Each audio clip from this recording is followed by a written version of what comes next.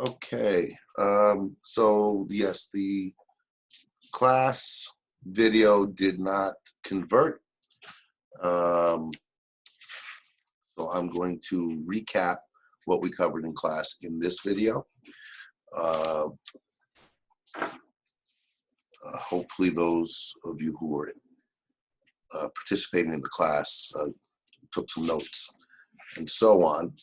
What I want to do for this video, I don't want to make it too long, but I will cover pretty much the same ground. Obviously, it'll be a bit different, some variations thereof, and we'll take it from there. Please, again, try to finish The Dead, if you can, by next class, and we'll spend next class discussing it, and if need be, we'll take it on to another class after that. We still have plenty of time, and I want to be sure that you're all comfortable, familiar, and are grasping the subtleties of what's going on in the story. The way I'm going to approach this is going to be quite similar to the way we did it in class. So I'm going to call up the PowerPoint, and this has been posted on Omnivox. And we'll jump from the PowerPoint to the text itself. Next week, we'll be spending more time really into the text in greater detail. It really is going to be beneficial for all of you if you finish the story. Okay, remember, it's broken up into 3 parts. Try to get to the end, but if you can't, try to ensure that you stop at the end of a part. It's a natural break, and it'll be easier to pick it up from there. So this PowerPoint deals with the themes. We looked at the PowerPoint last time that was dealing with the characters. And here we're going to look at a few of the themes that are prominent in the story. And feeding off of these themes should help you get a better grasp of how the action is delving into these themes, exploring them. But again, it really comes to a full understanding can really only be achieved once you get to the end, where it really all comes together in those final moments of the story.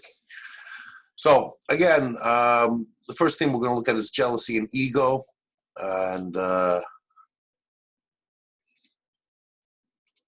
we have to remind ourselves constantly that obviously the main protagonist, centered of the story, is Gabriel, and it's Gabriel's attitudes that we learn about, his character in relation to the other characters, his attitudes towards himself and his need for validation and his struggle with his Irish identity that influences his behavior and his relationships. In particular, of course, his relationship with Greta. And perhaps even more importantly, quite frankly, his relationship with himself, his understanding of himself. The whole story builds towards his ability to be honest with himself in that moment of epiphany that he has towards the end. He takes a lot of pride in his masculinity. All right, we're going to touch on that theme as well coming up. The role, this patriarchic society, the role of women in this society. Remember where we are. All right, this is Dublin, turn of the century, 20th century, turn of the early part of the 1900s. It is a time, and again, some of this is going to be repetitive, but I'll go over it again simply because we don't have many recordings of this. But it is a time of stagnation to a large degree, vis-a-vis the movement towards Irish independence. right? This is after the demise of Charles Parnell and the movement to break free from British rule, British colonial rule. And it's a commentary on certainly Gabriel's view and attitude towards Dublin society, towards Ireland, Ireland in the sense of Irish culture, and his place within that culture vis-a-vis the influence of English dominance, keeping in mind, of course, the conflict between the Catholic and Protestant religions in Ireland and the domination of Ireland by England, which is predominantly Protestant, and the majority of Ireland being Catholic, and how the communities and particularly the Dublin community responds to that. A lot of what all these themes blend into is this notion of an idea of having purpose. All right, to have something to believe in and something to fight for. Without that, people become more self-absorbed. There isn't a cause, then the cause becomes the individual. And we see this very much with Gabriel, his pride in his masculinity, all right? His need to seek validation, particularly in his interactions with the female characters. And this brings us up to the first real evidence of this right towards the beginning of the story, when he has his encounter with Lily. Let's take a look at that in a little bit of detail to just see how he responds, and keeping it in mind that his ego, his self-absorption, doesn't allow him to empathize or understand others. Everything comes back to him, his reactions, and how they affect his thinking of himself, right? Without recognizing or even caring to a large degree about the feelings of others, right? And this is what we mean by his ego, okay? His self-absorption. And in particular, let's take a look at this, how this plays out with Lily. Call that up.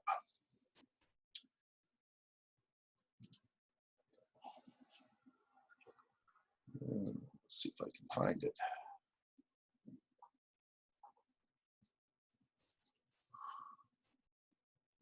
There we go. Okay. So this exchange with Lily. Now, of course, this you should be familiar with much of what I'm discussing here. Who is Lily? Well, we know she is the first person that we encounter, right? The caretaker's daughter. Actually, let me get this. Seems to work a bit better since I've already covered this with yellow highlighting.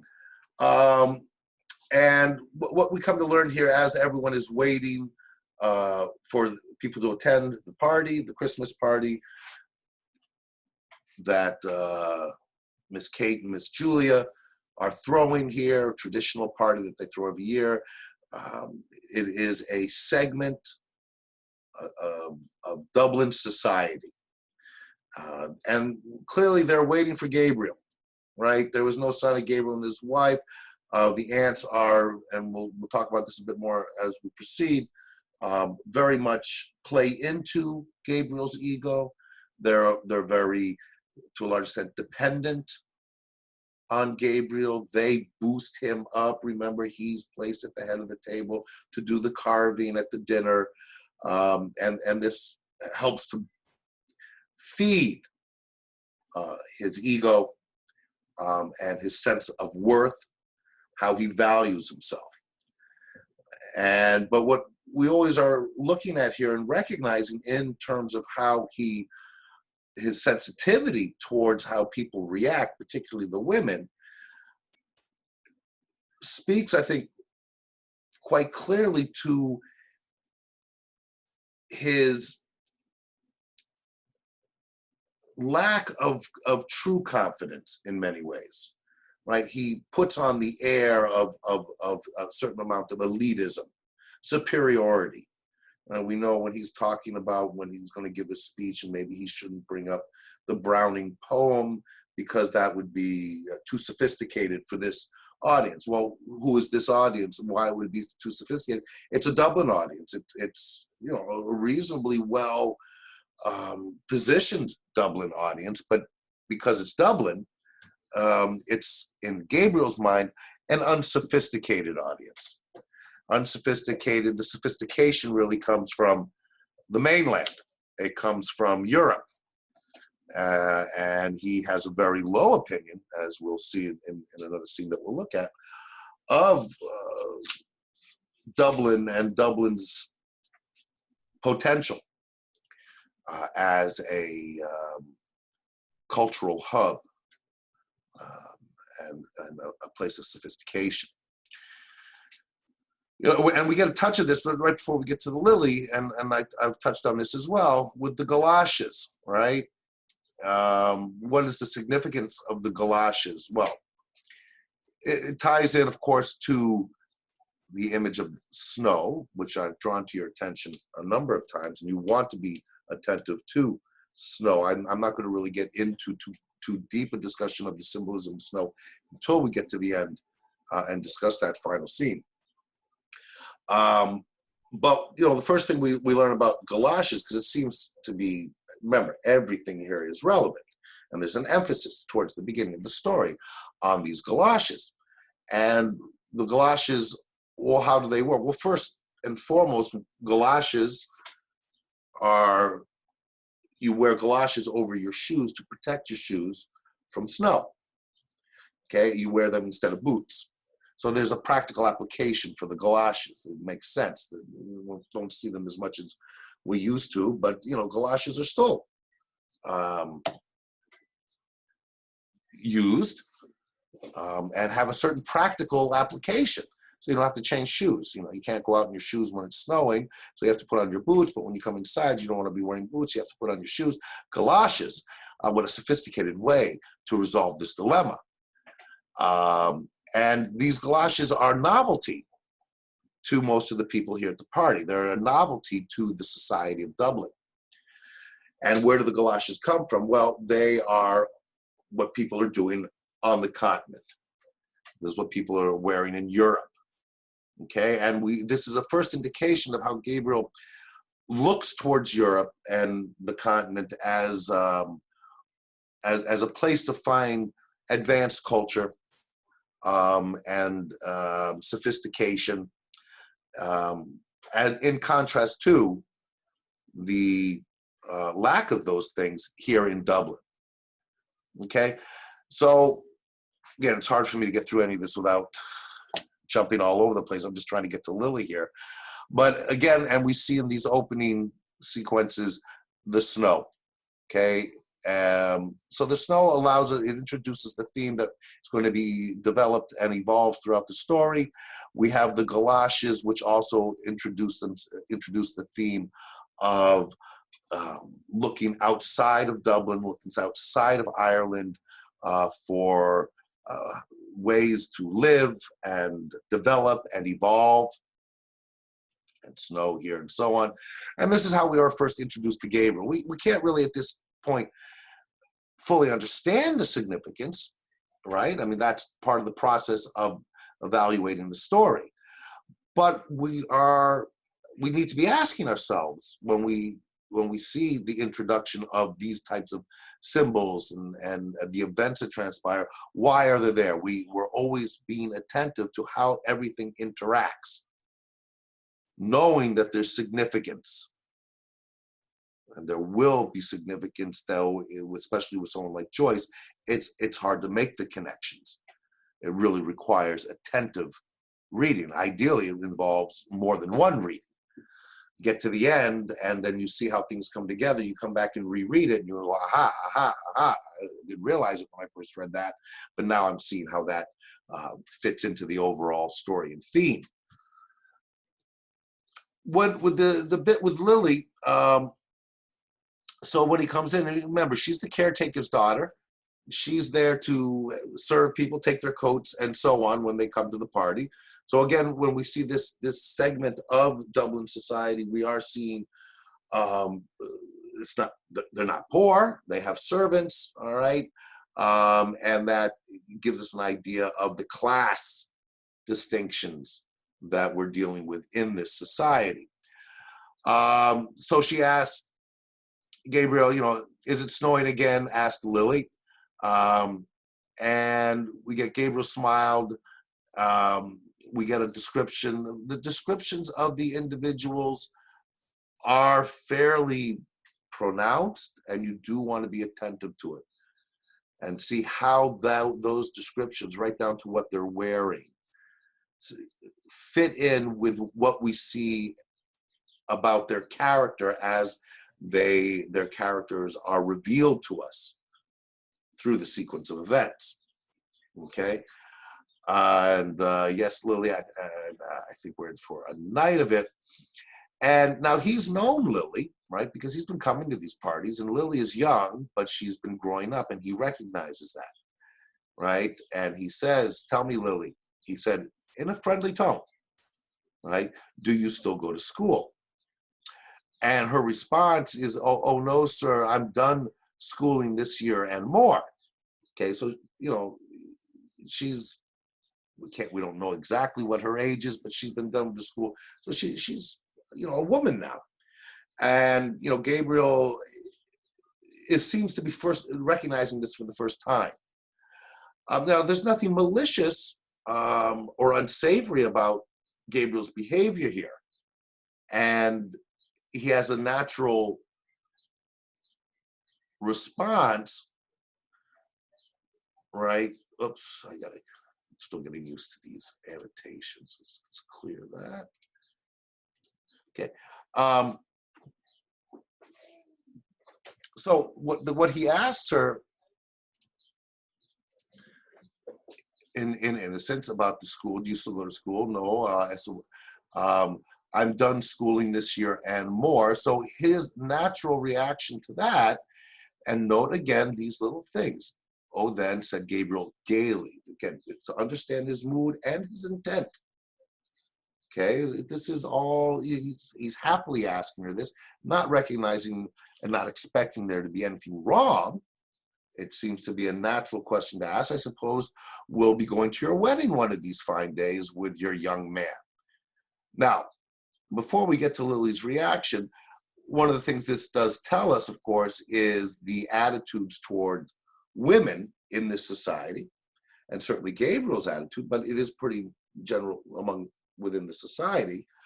Oh, well, you're done with school, you're now older, what else would you be looking to do other than getting married? All right, and that's again one of the themes that works through this story is the role that is forced upon women, their subservient role in this patriarchal society where men are dominant and women are meant to know their place. So it's an innocent enough question, even though it could seemingly be offensive within the context of this story and this time. This would not have been an unusual question. But Lily's response with great bitterness, and she doesn't attack Gabriel personally, but attacks men in general. The men that is now is only all palaver and what they can get out of you. All right, and this is quite bitter, suggesting, because we're not told exactly, but it's suggesting she's had a bad experience and she's angry at men right now. She has had a bad experience. This is not directed at Gabriel, okay? But it impacts Gabriel. Gabriel colored as if he felt he had made a mistake. Okay.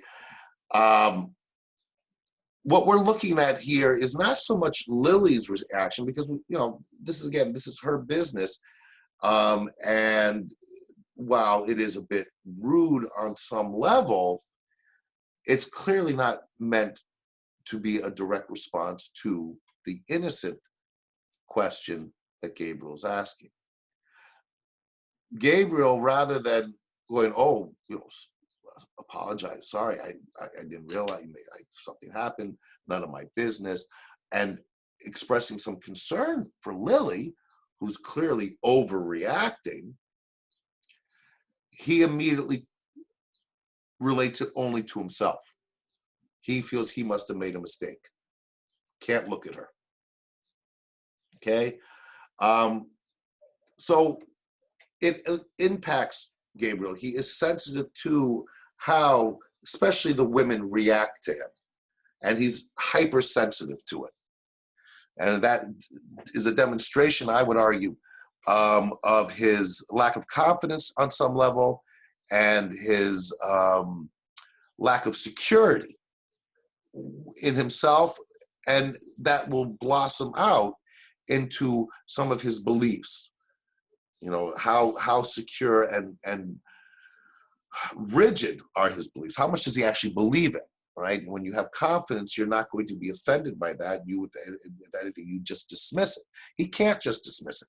He tries to, though, right? And this speaks again to his ego. We get this description, and we can come back, look at the descriptions more closely next week, and always be attentive to eyes, as I've told you. But he colored, right? He became upset, felt he had made, as if he felt he had made a mistake. He doesn't take the time to really think it through and determine, did I make a mistake? He would have realized he hadn't, and then he might have showed a little bit of empathy or concern or sympathy, at least, for Lily. But he doesn't. He won't confront it. He won't engage it. What does he do? Right? He took a coin rapidly out of his pocket, right, and gives it to her as a tip. Say, it's Christmas time, isn't it? Here's just a little, and he's thrusting it into her hands. This is a way to extricate himself from the situation. He's uncomfortable with it. He doesn't want to deal with it. He's hurt.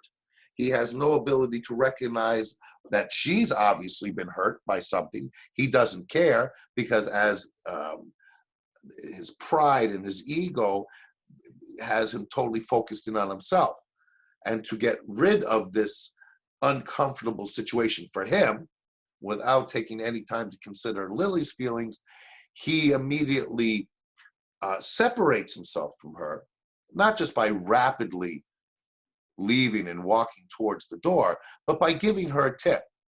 All right, now that's also separating her in terms of their class and cultural status, or certainly class status. Cultural, a little more difficult. We'll come back to his attitudes towards culture. And this doesn't allow, this one thing this does, it allows him to get out of the way. The other thing it doesn't give her a chance to continue or respond. He just wants to get away from it and not deal with it as quickly as he can. She doesn't want to take it. No one else is tipping her. Wouldn't take it, because it also separates you. You're not part of this. You're just the help. So it's demeaning as well. I mean, Lily's been with the family for a long time, long enough to feel comfortable enough to respond in the way she did to Gabriel, even though Gabriel's just a guest, right? And he, in a very demeaning act, just reduces her to a servant. Here's a coin. It's Christmas time.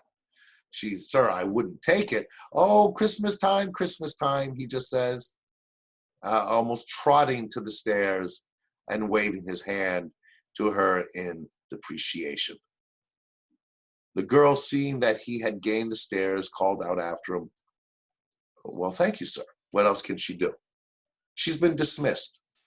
She didn't play the part that Gabriel was expecting her to play. which is to respond to him in a certain way, to be subservient, and to be interested in him, not in herself, even though his question was very specific to her. He wasn't asking that because he cares about her. He was asking that and engaging with her because that helps his ego. And when it doesn't go his way, the ego is hurt. Okay? Now,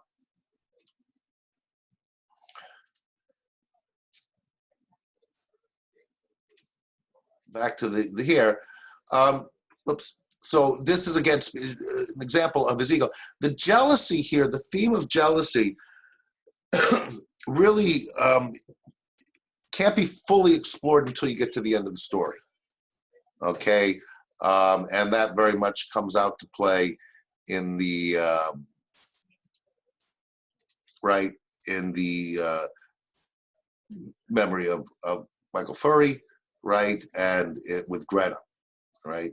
And at this stage, since we're really dealing with the first couple of parts, that reminds me, I jumped a little bit here. Okay, but we're looking at the early signs of this, and the ego and pride, okay, and self-absorption are conditions that lend themselves ultimately to jealousy, right? Because if people aren't responding in the way then the response of the ego is to get angry, and that anger can often, depending on who it is and what the circumstances are, lead to this idea of jealousy, certainly when it comes to Greta and when they finally leave the party at the end. But another example of this ego, which also is going to lend itself to another theme that we'll take a quick look at, is his interaction with Miss Ivers. All right. And in this scene, which we'll take a look at, he believes, and this is key, and we have to assess for ourselves, but his sensitivity leads him to believe that she purposely went to make him look ridiculous, and heckling him and so on. And he may have a point. We'll look at this scene in a second.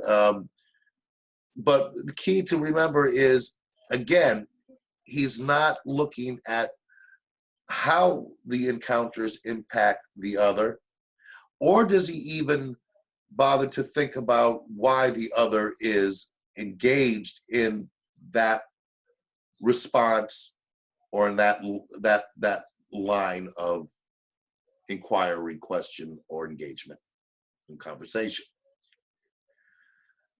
But this Miss Ivers lets itself to further understanding of Gabriel vis-a-vis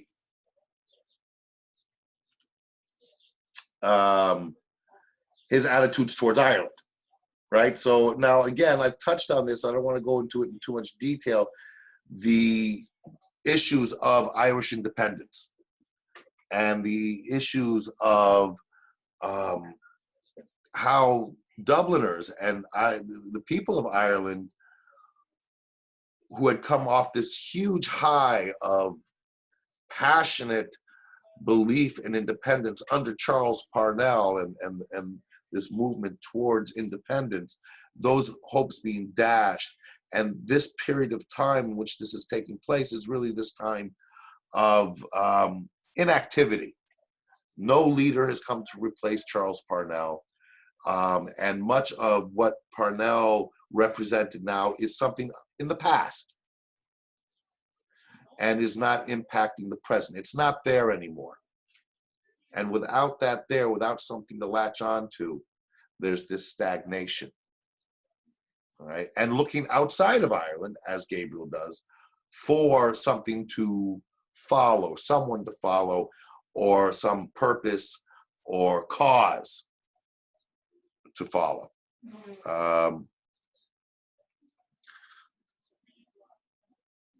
What we have here with Miss Ivers, then, okay, is, remember, they're dancing, they're in the midst of the party, and Lancers were arranged. That's a type of dance, and he found himself partnered with Miss Ivers. She was a frank-mannered, talkative young lady. We notice here in the description, this is why I've said to be attentive to descriptions. In her collar, in front of her collar bore on it an Irish device and motto. So this is revealing to us her, right, Irish sensibility. And this is really going to come out here.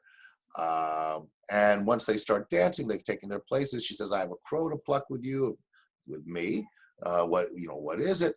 And she goes, "Who is GC?" Well, those are his initials, right? And immediately Gabriel knows what she's referencing, or can figure it out, because he colors again, just like he colored with Lily. His reactions with women. Very important to be attentive to these two scenes in particular, where we see his ego and his pride vis-a-vis, particularly women. As if he did not understand, as if he did not really understand, suggesting, that's from the narrator, that he did understand. When she said bluntly, "Oh, innocent Amy, I found out that you write for the Daily Express. Now, aren't you ashamed of yourself?" And he goes, "Why should I be ashamed of myself?" Because, again, the pride. He doesn't recognize that there would be anything wrong with him writing for the Daily Express. She is ashamed. "I'm ashamed of you.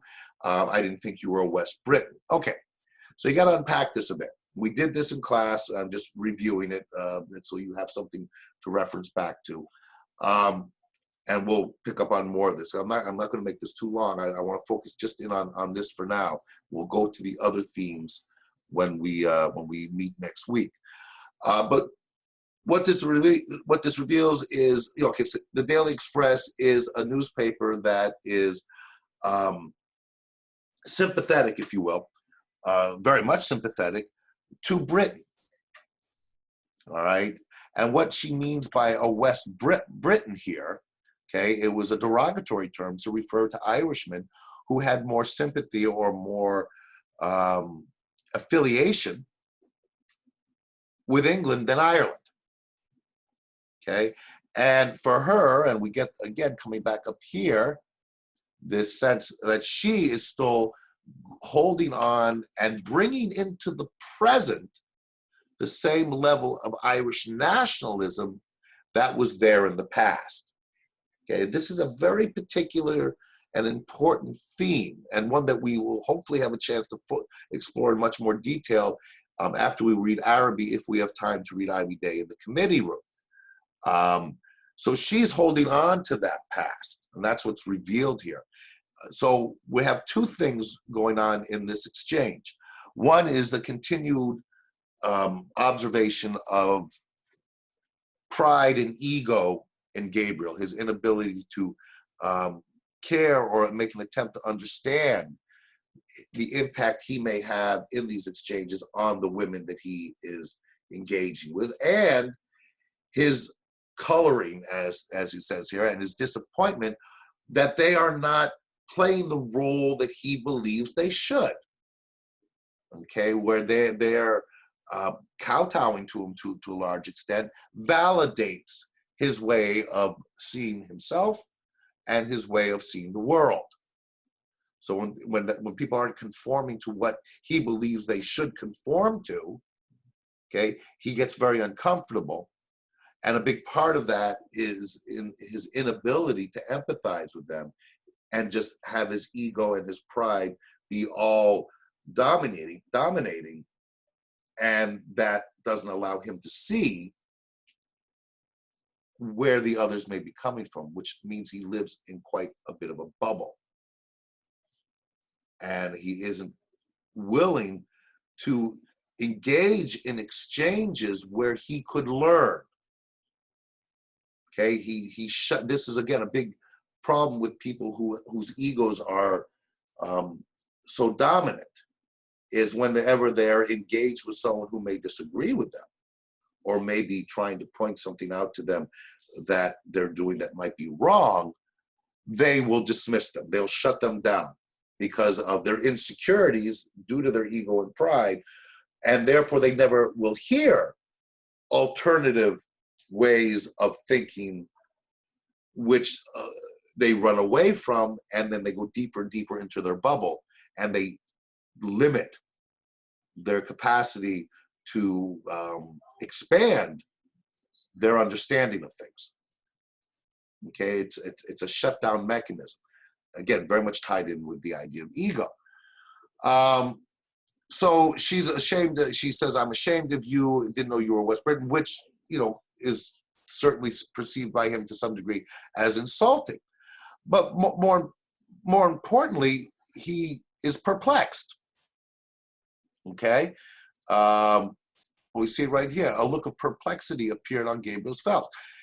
So this is what I mean by him living in a bubble. He can't understand why she's drawing that conclusion, even though the Daily Express may indeed be a paper that is more sympathetic towards Britain and their colonial activities in Ireland. It was true that he wrote a literary column every Wednesday for the Daily Express, which paid him, but that did not make him a West Briton, surely. Okay, because he's saying, well, I'm not writing about Britain. He's doing literary reviews. So he doesn't have an ability to understand the implications of writing for that particular paper that has that affiliation with England, and therefore he is participating in what many could easily perceive an oppressive, biased publication vis-a-vis England and Ireland. We learn while he is reflecting on this that he knows her, right? Nearly every day when his teaching at college was ended, he used to wander down not here, sorry. Well, earlier we found out that they know each other, and it's not like this is a stranger who's making this attack. It is someone who he is close with and someone who is equally educated. Okay, we see it here. But they were friends of many years standing, and their careers had been parallel. Okay, their careers had been parallel. University, and then as teachers.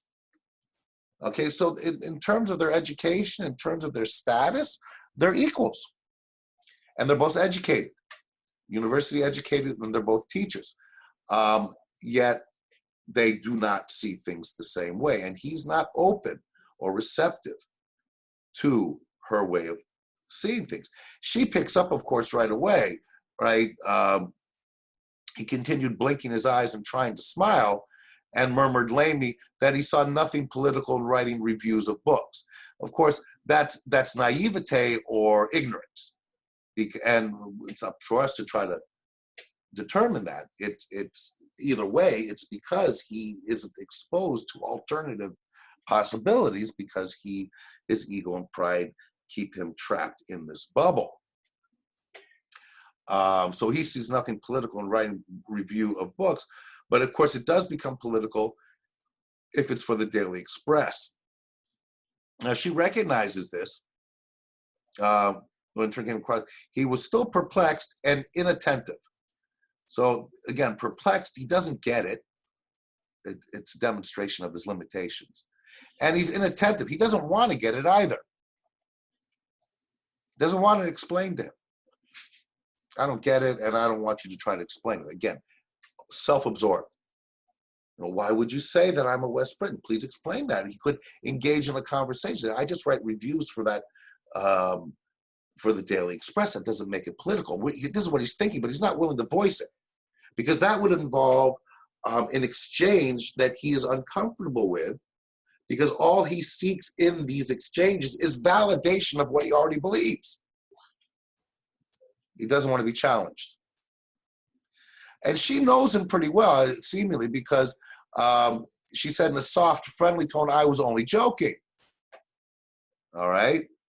But then she shifts gears here, right? So she lets this go, and then she asks him to come with her and friends, right? There's not, just as friends, to Aran Isles this summer.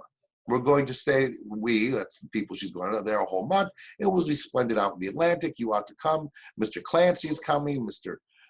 Kilkelly is coming, and Kathleen Kearney. It would be splendid for Greta. We know that Greta is, of course, Gabriel's wife, if she'd come. And he says, and she is from Connacht, isn't she? Which is a region close to the Aran Islands. And this is all in Ireland. Okay? Note Gabriel's reaction, because this is introducing, again, the theme and the ideas that Gabriel expresses regarding his attitudes towards Ireland. Okay, it comes back to, when she accuses him of being a West Briton. And we'll see it coming up back down here. And his reaction here, her people are, meaning, yes, that's where her family comes from, but he won't acknowledge that she's from there. Her people are, and he says this shortly. He's disturbed. Wait a minute, you're talking about my wife, and I don't want to talk about how my wife comes from a particular part of Ireland. And she persists, but you will come, won't you? A warm hand eagerly on his arm. And the fact is, I've just arranged to go where? Miss Ivers asked. Well, every year I go for a cycling tour with some fellows. Let's see what I get up here. With some fellows. But where? Now, there's an argument here to be made. She seems to be goading him a little bit here. Where? What, I'm inviting you to the Aran Islands with colleagues, presumably of the same educational stature, teachers, university students, and university graduates, and so on. But he doesn't want to go. He goes every year. He goes where? And she goes, but where? Well, we usually go to France, Belgium, or perhaps Germany, on the continent. Okay. Miss Ivers says, well, why do you go to France and Belgium instead of visiting your own land? Okay, Ireland.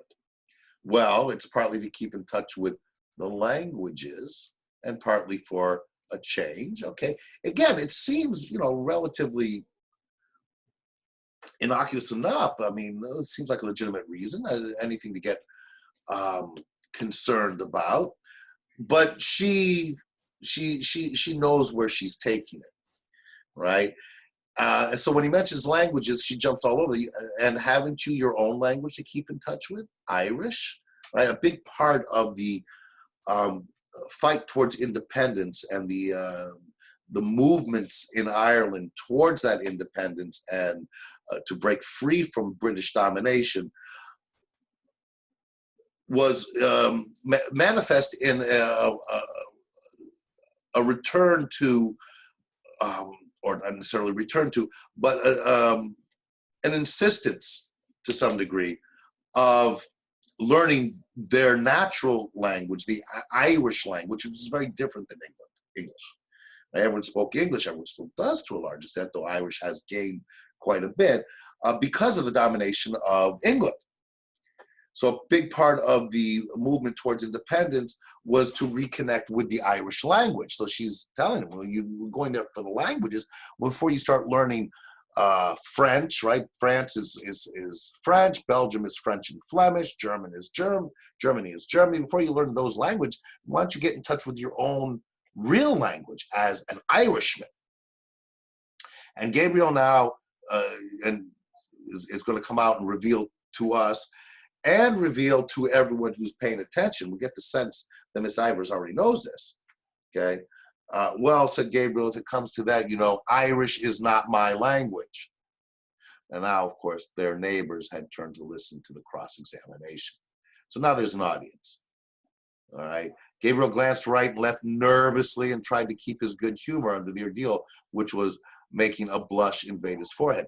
He did not want to be brought into this situation. Doesn't like the way it makes him look with all these other Irish people and Dubliners. But he can't even contain himself because, again, he's not willing to listen to the other arguments because he's so self-absorbed with his own ego and pride. But Miss Ivers continues, and haven't you your own land to visit that you know nothing of, your own people and your own country? Okay. Now this is pretty harsh, I think, to be argued. All right, and it seems to be very purposely meant to provoke suggesting, since they went to university together and they were friends for many years, that she knows him well enough to know that this was going to probably get this kind of reaction, knowing that he wasn't going to respond in any kind of favorable way. Food for thought as to why she launches into this seemingly provocative behavior. But I think it achieves its purpose. She seems to be wanting to get him to acknowledge openly in front of their neighbors, I'm sick of my own country, sick of it. Miss Ivers then asks why. Gabriel did not answer, for his retort had heated him up. And she repeats it, why? Now, this is also, again, fitting into this idea of, you know, have they had this conversation before? And she seems to be aware that he is not interested in his Irishness or Ireland at the time. He's much more interested in the continent. We saw that with the galoshes as well. And why is that? And how can you be, she seems to suggest, you know, fully engaged with who you are and understand yourself if you're looking for validation and understanding of yourself over there instead of here? Because this is where you're from. And she pushes, why? Why? And he won't answer. And she goes, of course, you've no answer.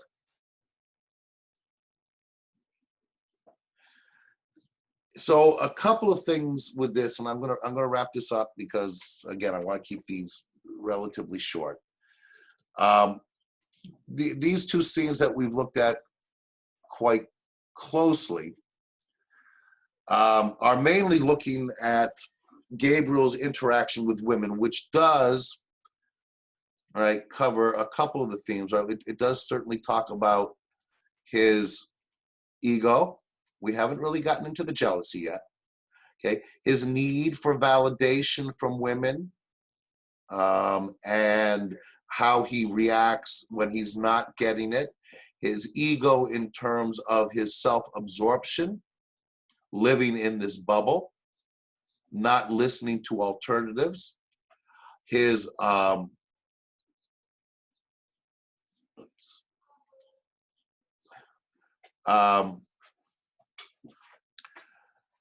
his insecurity, I would argue very much. We see examples of that in why he can't answer, his defensiveness.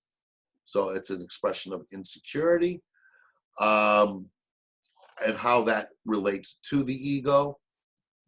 We're going to bypass this. This jealousy stuff is really something we have to save our discussion for next class. But it also very much brings us into, we touch on the theme of nostalgia, looking at the past to some degree. We haven't really fully explored it. And that, again, something that we need to look at, but you have these PowerPoints to help you look at it. Let me get rid of this. Okay. Look at it in more detail. There is an idealization of the past, which is an important one to look at with Miss Ivers, who, of course, as we know, is going to leave the party.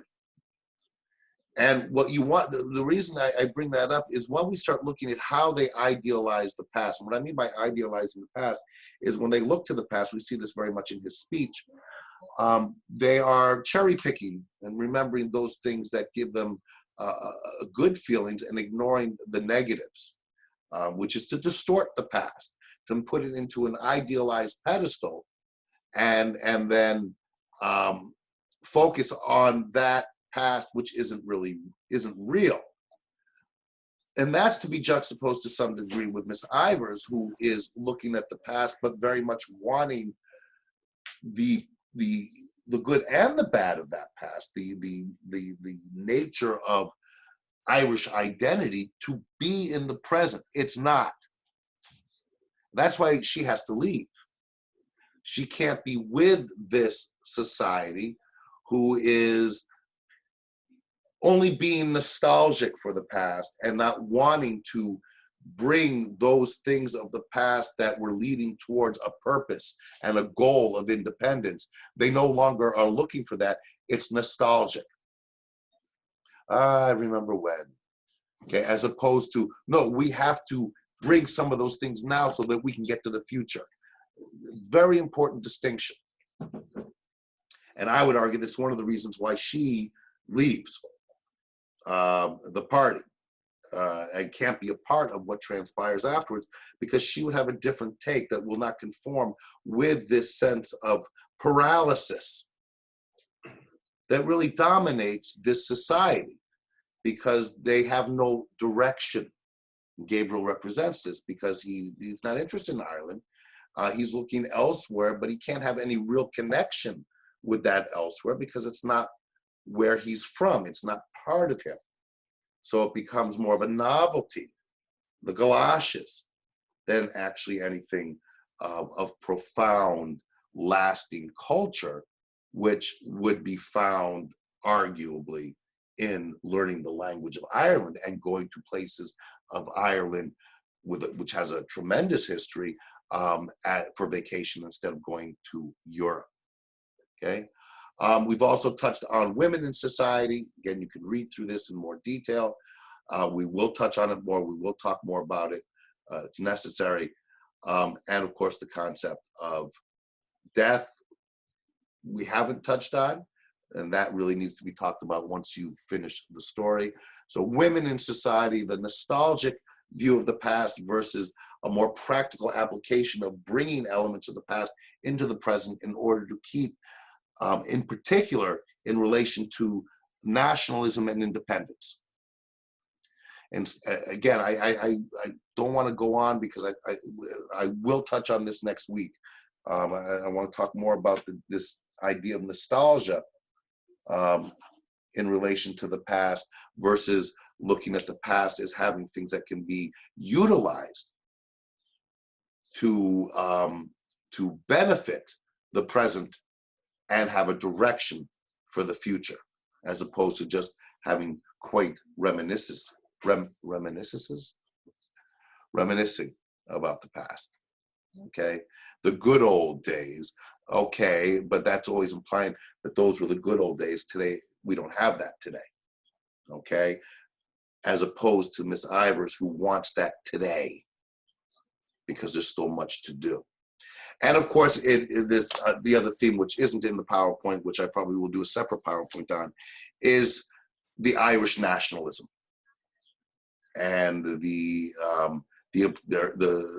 colonial predicament they're in vis-a-vis England and the dominance of England. Okay, so there you go.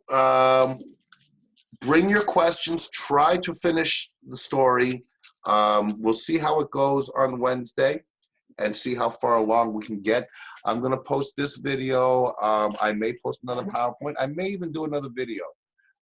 If I wanna, I think I'll probably wait for the class because I wanna get your feedback and then see if we need another week with it, which is fine if we do.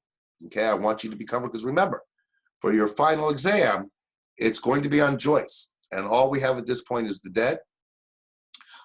We will touch on Araby, and if possible, I'd like to touch on Ivy Day in the committee room. But we can't move on from the dead until I'm confident that you are all getting a good grasp. So please look over this PowerPoint and the previous one on characters while you're reading through it.